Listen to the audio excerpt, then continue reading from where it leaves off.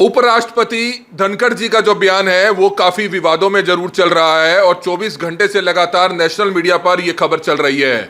इस बारे में अगर बातचीत करें तो हमारे बीच में कांग्रेस के सीनियर नेता व पूर्व में रहे विधायक शमशेर सिंह गोगी हमारे साथ मौजूद है। क्या कुछ बताना चाहेंगे? उपराष्ट्रपति का एक बयान सामने आया सुप्रीम कोर्ट के ऊपर, जिसको लेकर लगातार काफी बयान सामने आ रहे हैं। पूरे देश भर में लगातार नेशनल मीडिया पे एक खबर चल रही है, तो किस नजरिए से आप समझते हैं इस बयान को? देखो, ये हमारे देश का दुर्भाग्य है कि एक संवैधानिक पद जो नंबर 2 का पद है देश के अंदर, उपराष्ट्रपति जी ये बयान दे रहे हैं। आपको लगता है भूपेंद्र सिंह हुड्डा चाह रहे होंगे कि उनके जो लीडर्स हैं वो संगठन में शामिल हों? कुमारी शैलजा चाह रही होंगी उनकी चले, आखिर चलेगी किसकी? देखो, ये चाहने से तो कुछ नहीं होता। चलेगी तो राहुल गांधी की, चलेगी खड़गे जी की। तो हाई कमांड ने बनाना है। इनके चाहने से तो 12 साल नहीं बनया, कोई कहे ना कहे। संगठन का ना होना बहुत बड़ी कमजोरी है हमारी, और ये इलेक्शन ना जीतने में भी इसका बहुत बड़ा हाथ है। उपराष्ट्रपति धनखड़ जी का जो बयान है वो काफी विवादों में जरूर चल रहा है और 24 घंटे से लगातार नेशनल मीडिया पर यह खबर चल रही है। इस बारे में अगर बातचीत करें तो हमारे बीच में कांग्रेस के सीनियर नेता व पूर्व में रहे विधायक शमशेर सिंह गोगी हमारे साथ मौजूद है। क्या कुछ बताना चाहेंगे? उपराष्ट्रपति का एक बयान सामने आया सुप्रीम कोर्ट के ऊपर, जिसको लेकर लगातार काफी बयान सामने आ रहे हैं। पूरे देश भर में लगातार नेशनल मीडिया पे एक खबर चल रही है, तो किस नजरिए से आप समझते हैं इस बयान को? देखो, ये हमारे देश का दुर्भाग्य है कि एक संवैधानिक पद जो नंबर 2 का पद है देश के अंदर, उपराष्ट्रपति जी ये बयान दे रहे हैं। अगर ये बयान कोई आम आदमी देता तो शायद इतनी तूल ना पकड़ता। और जब संवैधानिक पद पे उपराष्ट्रपति जी सुप्रीम कोर्ट के खिलाफ बयान देते हैं तो फिर ऐसा एक सिस्टम में लगता है मेरे को कि जैसे पूरा संवैधानिक ढांचा जो है, जो पूरा हमारा सिस्टम है देश का, वो चरमरा गया है। अगर सरकार की ये साजिश है तो भी ये गलत है। संविधान के दायरे में रह के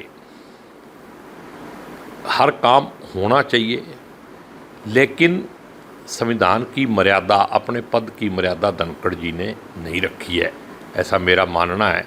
और जो पूरे देश के अंदर हलचल मची हुई है इसको लेके, मैं भी उससे कहीं ना कहीं सहमत हूँ कि अगर संविधान की मर्यादा में ही हम नहीं रहेंगे, अगर रूल ऑफ द लॉ नहीं रहेगा, तो फिर देश चलेगा कैसे? लोकतंत्र से पहले जो राजा लोग थे उसके अंदर किसी नागरिक को अधिकार नहीं था। अब नागरिक को अधिकार इस संविधान की वजह से है। और संविधान में क्लियर आर्टिकल 142 में लिखा हुआ है कि सुप्रीमेसी जो है वो किसी की नहीं है, लेकिन बैलेंस बनाने के लिए सुप्रीम कोर्ट उसको चेक कर सकता है, किसी भी तरह की व्यवस्था हो। और दूसरी बात मैं ये कहना चाहता हूँ कि धनखड़ जी खुद पार्लियामेंट्री सिस्टम के आदमी हैं और खुद अपने ही खिलाफ बयान दे रहे हैं। इसका मतलब पार्लियामेंट की सुप्रीमेसी भी नहीं है। अगर गवर्नर और राष्ट्रपति बड़े हैं तो फिर विधानसभा और पार्लियामेंट की क्या जरूरत है? एक स्टेट जो बीजेपी द्वारा संचालित नहीं है, वहाँ गवर्नर का रोल कुछ और है, और जहाँ बीजेपी की सरकार है वहाँ गवर्नर का रोल कुछ और है। इसके ऊपर भी धनखड़ जी अपनी आत्मा को झकझोर के देखें। और संविधान की मर्यादा, संविधान, और मैं तो ये यहाँ तक कह सकता हूँ कि सबसे बड़ा धर्म भारत का, भारतीयों का संविधान है। उसी के आगे हम इस देश के नागरिक हैं, और तभी हम हक से कहते हैं कि ये हमारा अधिकार है। और अगर न्यायालय के ऊपर भी हमारा विश्वास उठ जाएगा तो देश में अराजकता फैल जाएगी। इसलिए आगे विचार करना चाहिए, जनता को भी जागना चाहिए और ऐसे लोगों से बचना चाहिए। जय हिंद, जय। तो धनखड़ जी के आए बयान पर शमशेर गोगी ने अपनी प्रतिक्रिया रखी है। एक और बात करना चाहेंगे, संगठन की अगर बात करें, भारतीय जनता पार्टी का भी प्रदेश अध्यक्ष हाल ही में जल्द नियुक्त किया जा सकता है। और राष्ट्रीय अध्यक्ष के भी जो है चेंज होने की चर्चाएं चल रही हैं क्योंकि उनका कार्यकाल समाप्त हो रहा है। लेकिन हरियाणा कांग्रेस बिल्कुल आराम से बैठी है चुनाव के 6 महीने बाद भी। आज बनेगा संगठन, कल बनेगा संगठन, आप लोग कहते रहते हैं, मीटिंगें होती रहती है, लेकिन संगठन दूर दूर तक दिख नहीं रहा। नहीं, देखो, मेरा ऐसा विश्वास है कि मई के अंदर हमारा भी प्रदेश अध्यक्ष और जो पूरा ढांचा है जिसमें जिला प्रधान, ब्लॉक प्रधान सब बन जाएंगे। इस बार पार्टी ने फैसला लिया है कि पहले हम ब्लॉक प्रधान और जिला प्रधान बनाएंगे और ये अच्छा फैसला है। अगर ये इकट्ठे बन जाएंगे तो फिर बाद में संगठन बनाने में दिक्कत ही नहीं आएगी।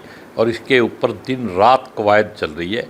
जो हमारे नए प्रभारी जी आए हैं उनकी सीरियसनेस को देख के मैं भी 2-3 बार उनसे मिल चुका हूँ और उनके तौर तरीके से, उनके प्रयास को देखते हुए मेरे को विश्वास हुआ है भाई इस बार हम संगठन बनाने में कामयाब होंगे। आपको लगता है भूपेंद्र सिंह हुड्डा चाह रहे होंगे कि उनके जो लीडर्स हैं वो संगठन में शामिल हों?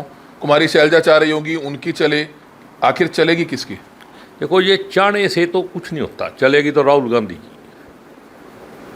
चलेगी खड़गे जी की, तो हाई कमांड ने बनाना है।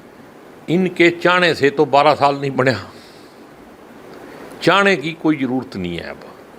अब मेरे को लगता नहीं है कि हमारे पास 4 साल हो रहे हैं अभी इलेक्शन में, तो उसको देखते हुए हाई कमांड बढ़िया फैसला करेगी। मेरा विश्वास है कि इस बार संगठन मजबूती के साथ बनेगा और कांग्रेस भी आगे मजबूती के साथ बढ़ेगी। आपको लगता है, एक आखिरी सवाल पूछना चाहेंगे, हरियाणा में 12 सालों से कांग्रेस का जो संगठन नहीं है, एक भी चुनाव कांग्रेस नहीं जीत पाई, सरकार में नहीं आ पाई, और 12 साल से जो कांग्रेस में संगठन नहीं है हरियाणा में, उससे हरियाणा में कांग्रेस में कहीं ना कहीं कमजोर बहुत हुई होगी?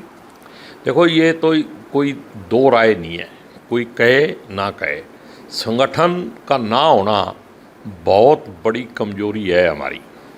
और ये इलेक्शन ना जीतने में भी इसका बहुत बड़ा हाथ है। ये तो सच बात है। संगठन होगा, जिस दिन संगठन बन गया उसके बाद कांग्रेस कभी इलेक्शन नहीं आ रही, ये भी मैं दावे के साथ कह सकता हूँ। तो आप देख सकते हैं शमशेर सिंह गोगी जो कांग्रेस के सीनियर नेता हैं, पूर्व में विधायक रहे, उनसे बातचीत कर रहे थे। धनखड़ जी जो राष्ट्रपति हैं, उपराष्ट्रपति हैं, उनका जो बयान सामने आया लगातार चर्चाओं में है, विवादों में है, उस पर उन्होंने अपनी प्रतिक्रिया दी। दूसरा, हरियाणा कांग्रेस का संगठन जल्द बनना चाहिए, इस तरह की बात उन्होंने कही है। उन्होंने कहा कि जल्द से जल्द उम्मीद है मई से पहले संगठन बन जाएगा, और संगठन ना बनने से कहीं ना कहीं हरियाणा में कांग्रेस को काफी ज्यादा नुकसान भी हुआ है, यह कहना है शमशेर सिंह गोगी का। कमल मिड्डा, करनाल ब्रेकिंग न्यूज, करनाल।